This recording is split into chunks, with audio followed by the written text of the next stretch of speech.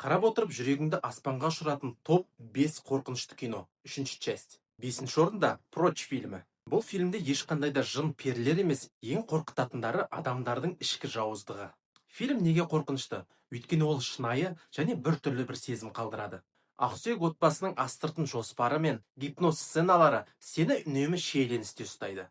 Төртінші орында Ключ от всех дверей фильмі. Бұл фильм басында мистикалық триллер сияқты болып басталады, бірақ соңғы 10 минут бүкіл денені түршіктіреді. Фильмдегі бақсылардың атмосферасы және адамның тағдырына қатысты сұмдық ақиқат бұл тізімдегі ең есте қаларлық сәт.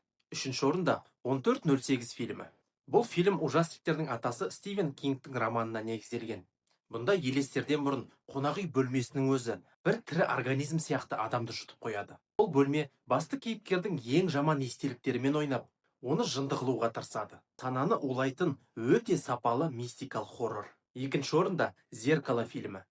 Бұл фильм адамның ең күнделікті затына айналған айнаға деген сенің көзқарасыңды өзгертеді. Айнаның алдында тұрып, жағын жыртып жіберетін сцена хоррорлар тарихындағы ең бір сорақы сценалардың бірі. Бұл фильмді көрген соң түнде айнаға қарауға желаниең болмайды.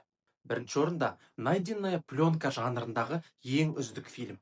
Жабық психиатриялық аурухана, ешқайда шығармайтын шексіз коридорлар және өте шынайы психтардың елесі. Көріп отырып, өзің сол больницада жүрген сияқты сезінесің. Психологиялық қысым мен күтпеген қорқынышты сәттер бұл фильмді тізімнің басына шығарды.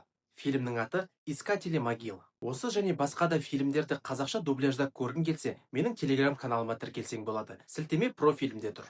Ал сенің ойыңша, тарихтағы ең қорқынышты фильм ол қандай? Комментарийға жаза кет. Талқылайық.